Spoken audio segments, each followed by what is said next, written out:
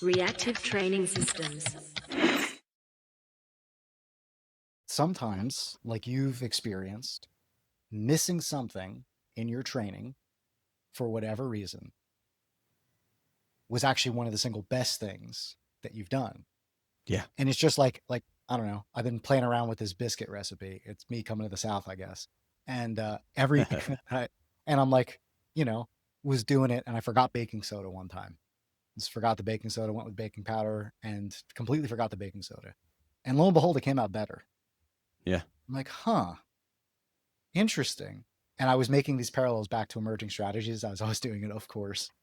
And I said to myself, this is like you miss your Friday, whatever bench slot, and you come in on Monday and you feel better. Or for whatever reason, your training session gets cut short and you end up coming in on Saturday and making up a bench session. And then you come in on Monday and you're like, wow, this is way better.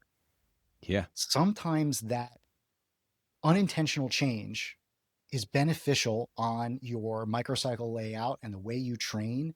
Sometimes cutting your set short, like you said before, Yeah. I'm going to give myself permission to do the 70 by 5, but I might only do 2 sets.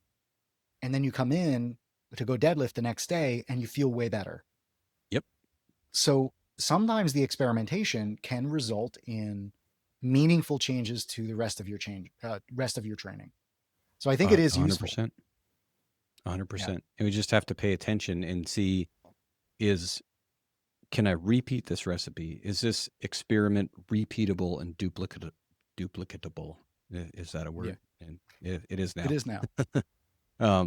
I had some stuff as well recently for me when I was getting ready for Masters Nationals. My pec and shoulder were just not happy with me. Mm.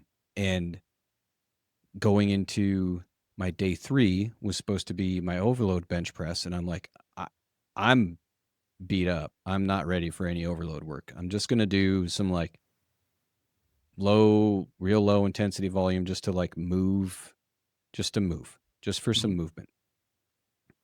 The next day I woke up and I'm like, oh, hi, cool. That feels good.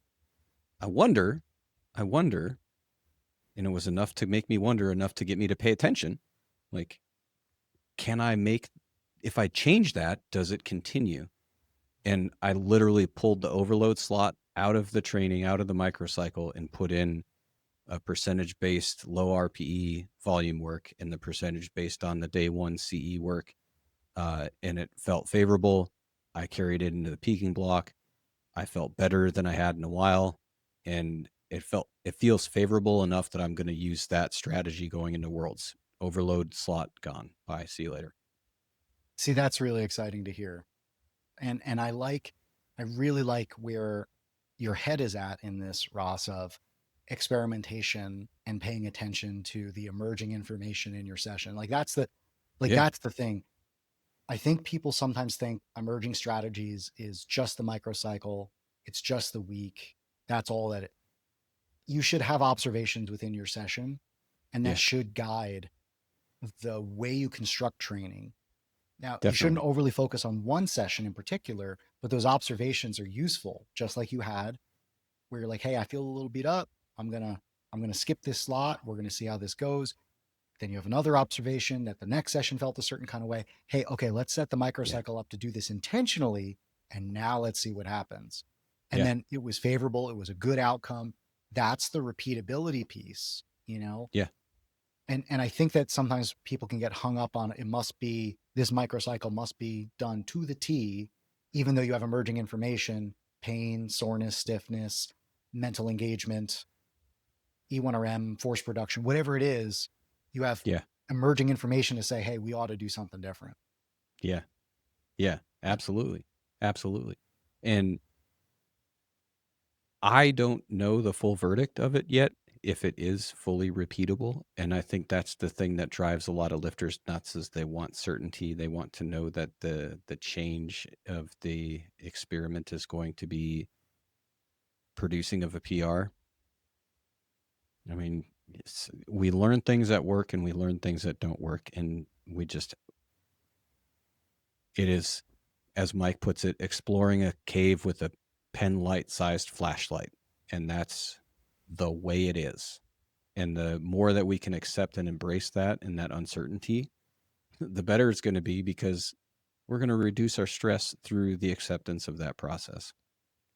One quick anecdote. So, just like Mike talks about emerging strategies, coaching in general is like two people with flashlights in a cave, and that cave is always shifting and changing.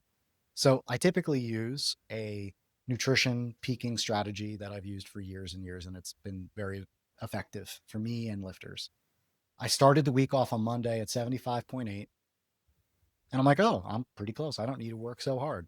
Just drop a little carbs, get yourself where you need to be, stop drinking the night before at, roughly this time. And I did the things that I normally did. I weighed in at 73.5. It was a huge drop. And I'm going, what is happening? I watched myself go down to 73 the morning of. And I'm going, what? I've never dropped 2 kilos, more than 2 kilos like that before. And I was tracking my macros. Like I Yeah. was dialed in, like sodium, water. I was dialed in. I'm going, what is that? It didn't impact my strength. I didn't feel tired. I didn't feel any sort of way about it. It just happened. And so I'm looking at it. I'm going, huh, this is the changing cave. John Garofano is different than he was in 2019.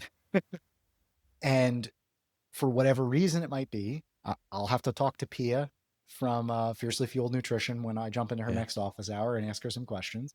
And maybe there's something there to uncover and try something different. Maybe I just need to eat more. It's a terrible Yeah. problem to have. But Right. I mean, but it was an interesting thing, because even though I had used this thing, it was so reliable. Something's changed, and I need to change with it.